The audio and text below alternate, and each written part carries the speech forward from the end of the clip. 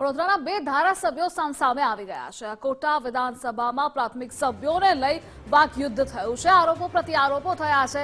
ધારાસભ્ય યોગેશ પટેલ, ધારાસભ્ય ચૈતન્ય દેસાઈ વચ્ચે શાબ્દિક લડાઈ કે જે વધુ એકવાર સામે આવી છે। આ કોટા વિધાનસભામાં આટલા પ્રાથમિક સભ્યો બન્યા કેવી રીતે? યોગેશ પટેલનું આ નિવેદન હતું। પ્રાથમિક સભ્યો બન્યા તે સંશોધનનો વિષય છે। ધારાસભ્ય ચૈતન્ય દેસાઈએ સ્નેહ મિલન સમારોહમાં તેનો જવાબ આપ્યો છે। એમની વાત સાચી છે, સંશોધનનો વિષય તો છે જ। સંશોધનનો વિષય છે કે તમે તમારી પોતાની ચિંતા કરો। તમારે ત્યાં કેમ સભ્યો ન બન્યા, વધુ સભ્યો બન્યા એ મારી આવડત છે। અમે સૌથી આગળ જઈશું। યોગેશ કાકાની કાચબા સસનાની કહેવતને અમે સાચી કરી છે।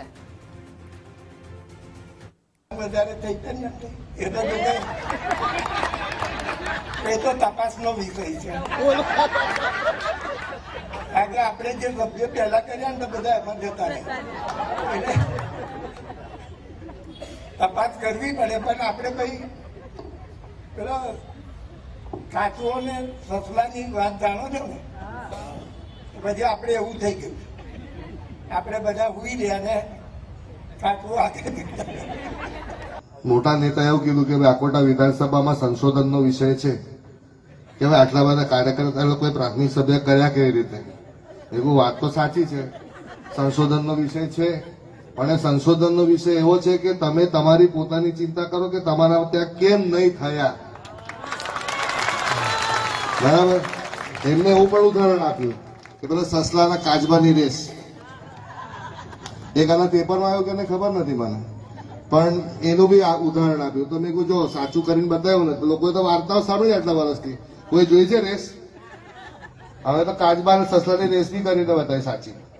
યોગેશ કાકા કે હું સસલો, સોરી નામ બોલ્યું,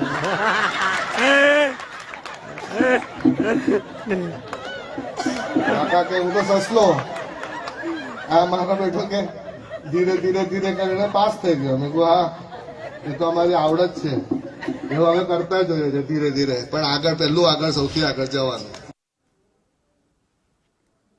અને આજ મુદ્દે આપણી સાથે સંવાદદાતા અલ્પેશ જોડાયેલા છે। અલ્પેશ, વડોદરામાં બે ધારાસભ્યો વચ્ચે વાકયુદ્ધ થયું છે, મામલો શું છે, વિવાદ શું છે, જણાવશો? બિલકુલ દૃશ્ય વાત તો વડોદરાના બે ધારાસભ્યો છે તે સામસામે આવે છે। થોડા દિવસ અગાઉ મળેલું ધારાસભ્ય યોગેશ પટેલનું જે સ્નેહ સંમેલન હતું અને તેની જ અંદર માંજલપુરના ધારાસભ્ય યોગેશ પટેલ દ્વારા આ જે ચૈતન્ય દેસાઈ છે તેમણે કરેલા કટાક્ષ મામલે રાજકારણ છે તે હવે ગરમાયું છે। ખાસ કરીને વાત કરીએ જેવી રીતે માંજલપુર વિધાનસભાનું જે સ્નેહ મિલન હતું તેની અંદર યોગેશ પટેલ દ્વારા કટાક્ષ કરવામાં આવ્યો હતો કે અહીં આવતા જે લોકો છે તેમની હાલત કથા સાંભળવા આવતા લોકો જેવી છે, આવે છે, ગોદડી ખંખેરીને જતા રહે છે। તેમણે સીધો કટાક્ષ તે કોના પર કર્યો તે કહેવું મુશ્કેલ હતું, કારણ કે આ જે યોગેશ પટેલ છે તે બેબાક બોલા નેતા છે, અને ગમે તે સમયે ગમે ત્યારે ગમે તેને સંભળાવી પણ દેતા હોય છે। તેમણે તે દિવસ સંભળાવ્યું હતું કે તમારે જો વધુ કામો કરાવવા હોય તો સભ્યોની નોંધણી વધારે કરવી પડશે, કારણ કે જે રીતે જોઈએ તો માંજલપુર વિધાનસભામાં જે પ્રાથમિક સભ્યોની નોંધણી કરવામાં હોય છે તેમાં ક્યાંક ને ક્યાંક કચાશ હતી। અને હાલ ગઈકાલે જે રાત્રે ધારાસભ્ય ચૈતન્ય દેસાઈ છે તેમનું સ્નેહ મિલનનો સમારોહ હતો અને તેની અંદર તેમણે જ આ જે કટાક્ષ મામલે જે સણસણતો જવાબ છે તે આપ્યો હતો। તેમણે કહ્યું હતું કે અકોટા વિધાનસભાની અંદર સંશોધનનો વિષય છે કે આટલા બધા બન્યા કઈ રીતે? એમની વાત સાચી છે, સંશોધનનો વિષય તો છે ખરો જ, એટલે કહી શકાય કે હાલ તો આ જે સંશોધનના વિષયને લઈને રાજકારણ છે તે ગરમાયેલું જોવા મળી રહ્યું છે। અને સાથે સાથે હવે આ બંને વચ્ચે થયેલું જે વાતચીત છે ત્યાં તો ક્યાં જઈને અટકે છે તે તો આગામી સમયમાં જ ખબર પડશે। પરંતુ આ રીતે ભાજપના જે ધારાસભ્યો છે અથવા તો ભાજપમાં ચાલી રહેલું જે ખેંચતાણ છે તે હવે શહેર ભાજપ માટે પણ ચિંતાનો વિષય બન્યું છે। જી અલ્પેશ, જોડાવા બદલ આભાર આપનો। ન્યૂઝ વોરૂમથી ઉમંગ જોડાઈ રહ્યા છે, ઉમંગ પાસેથી વિગતો જાણીશું।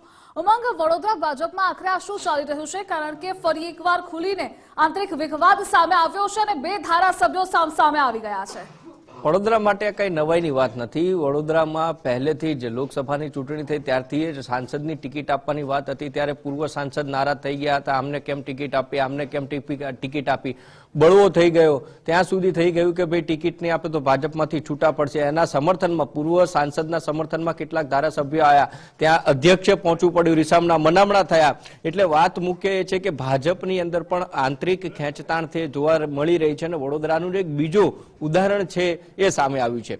ચૈતન્યભાઈ અને સાથે જ યોગેશભાઈ છે કે બંને ધારાસભ્યો છે એક સ્નેહ મિલન કાર્યક્રમ દિવાળીનો યોજાય છે, પરંતુ આ દિવાળીના સ્નેહ મિલન કાર્યક્રમમાં શુભેચ્છા આપવાની જગ્યાએ એકબીજાની જાણે ખેંચતા હોય એવા દ્રશ્યો અને એવી એમની જે વાર્તા છે સામે આવે છે. એક કહે છે કે ભાઈ તમારી વિધાનસભા વિસ્તારમાં પ્રાથમિક સભ્યો કેવી રીતે વધ્યા એ તપાસનો વિષય છે, અને બીજો એ જ મંચ ઉપર જવાબ આપી દે છે કે અમારી ચિંતા છોડી દો, તમે તમારી ચિંતા કરો. મુખ્ય વાત અહીંયા એ આવે છે કે જ્યારે પણ તમે સત્તા પક્ષમાં બેસીને કોઈ પદ ઉપર બિરાજો છો એટલે તમારી પાસે કામની અપેક્ષા વધી જાય છે, અને એ જ ક્યાંક એનું મૂળ નીકળ્યું કે ભાઈ તમારે જો કામ કરાવવું હશે તો તમારા પ્રાથમિક સભ્યો જે છે એની ગણતરી વધારે હોવી જોશે, અને એના માટે જ ક્યાંક એમના પ્રાથમિક સભ્યો વધી ગયા, બીજા ધારાસભ્યને ન ગમ્યું અને રોકડું પડખાવ્યું જાહેર સભામાં. તો પેલા ધારાસભ્યએ પણ ચૈતન્યભાઈએ પણ એ જ સભાની અંદર એમને રોકડું પડખાવી દીધું કે કાચબા ને સસલાની જ્યાં વાત કરી દેવામાં આવે કે હું કાચબો અને તમે સસલો છો એ રીતની વાત, અને આ ખેંચતાણ ભાજપમાં ક્યાંક ને ક્યાંક હવે સ્પ્રિંગ દબાયેલી છે, છૂટવાની તૈયારી હોય વડોદરાની અંદર દેખાઈ રહ્યું છે. એક પછી એક કિસ્સા વડોદરાની અંદર જ્યારથી લોકસભાની ચૂંટણી આવી ત્યારથી લઈ અને ત્યારબાદ સ્નેહ મિલન કાર્યક્રમ આવે તેમાં પણ આ અંદરો અંદરની ખેંચાણ છે ચરણસીમાએ પહોંચી રહી છે. ધ્રુવિશા, જીઓમાંગ જોડાવા બદલ આભાર આપનો.